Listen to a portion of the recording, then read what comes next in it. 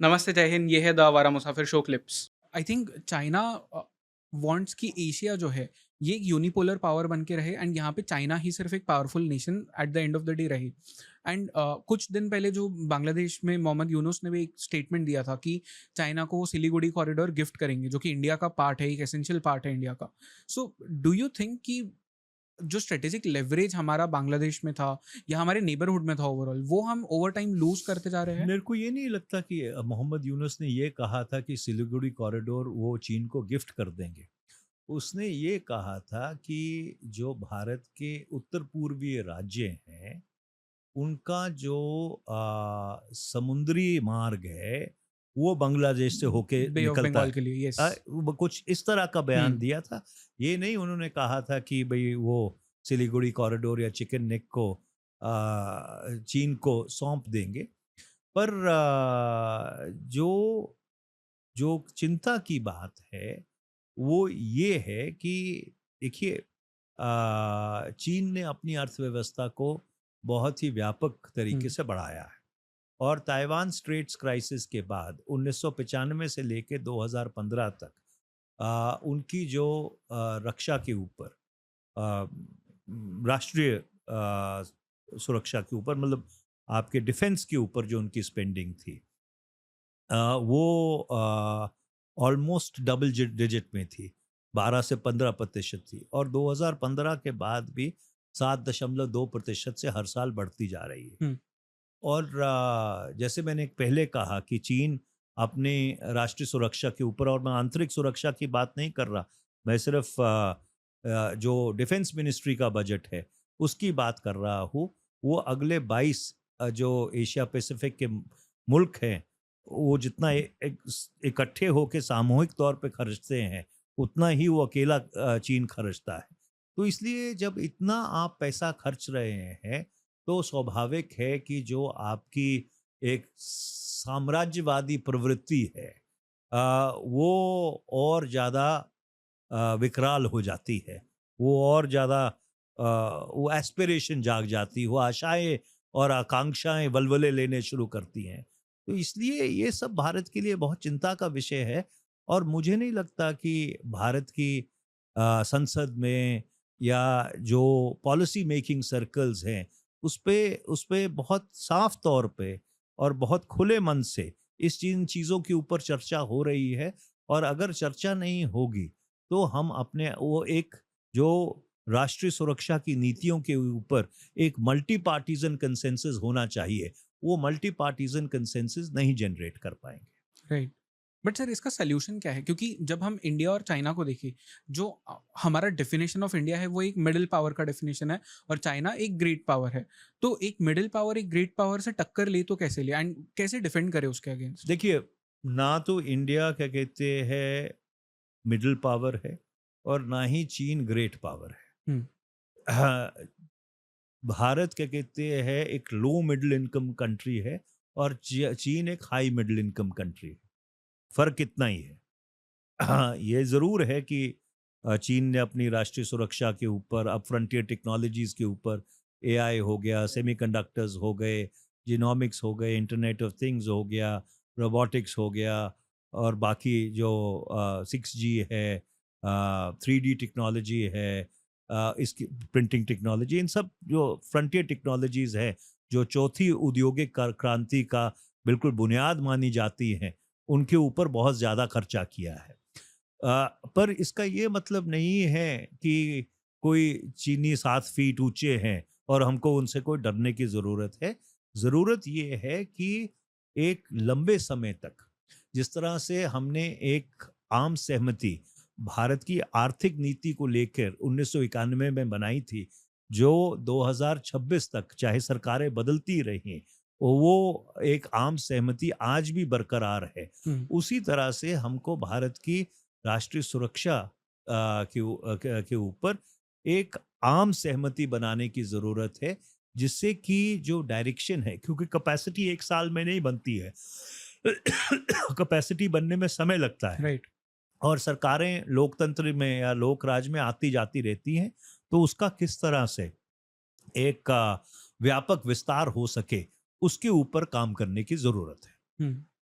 Sir आपको लगता है कि हमारे लाइफ टाइम्स में ये जो हमारा एक चीन के साथ में हमेशा कंपटीशन चलते रहता है, ये हम कम होते देख पाएँगे? हम चीन के साथ में एक फ्रेंडली रिलेशन वापस से एस्टैब्लिश कर पाएँगे जो हमारे सिविलाइजेशनल रिलेशनशिप थे, उस तरह से कुछ?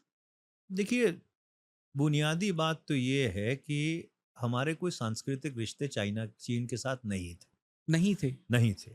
ठीक है, चीन से कुछ कुछ पिलग्रिम्स आए, भारत से कुछ लोग वहाँ गए, भारत से जो बौद्ध धर्म है वो दक्षिण पूर्व एशिया में गया, उसका असर चीन पे भी पड़ा, तो वहाँ तक तो सही है।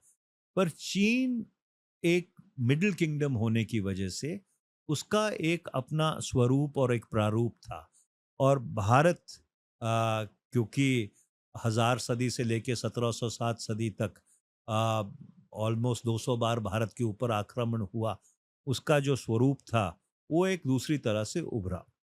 पर बुनियादी बात यह है कि जब भारत आज़ाद हुआ तो भारत दुनिया में पहला ऐसा देश था जहां पे अहिंसा के मार्ग को अपनाते हुए आपने आज़ादी प्राप्त की।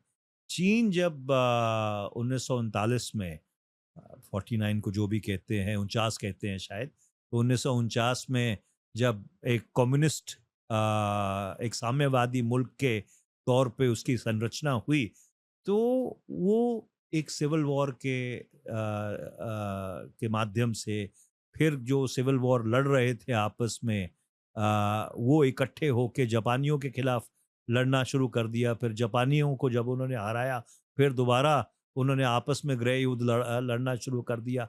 जो हार गए वो ताइवान चले गए, ताइवान को फॉर्मोसा कहते थे। Hmm, so India and China arrived at their respective destinies in 1947 and 49 from two absolutely different trajectories.